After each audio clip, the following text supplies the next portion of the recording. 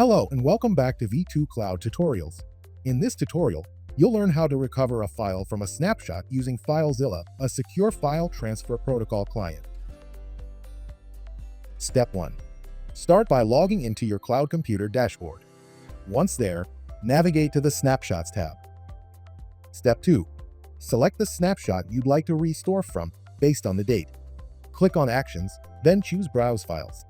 Please note that loading the folders may take a few minutes, so kindly be patient.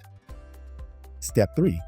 Once the files have loaded, click on View SFTP Details.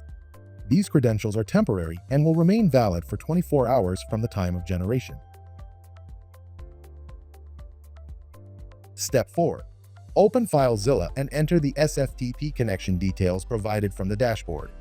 After filling in all the fields, click Quick Connect. You've now successfully connected using FileZilla. On the right-hand side, under Remote Site, you'll see your files from the selected snapshot.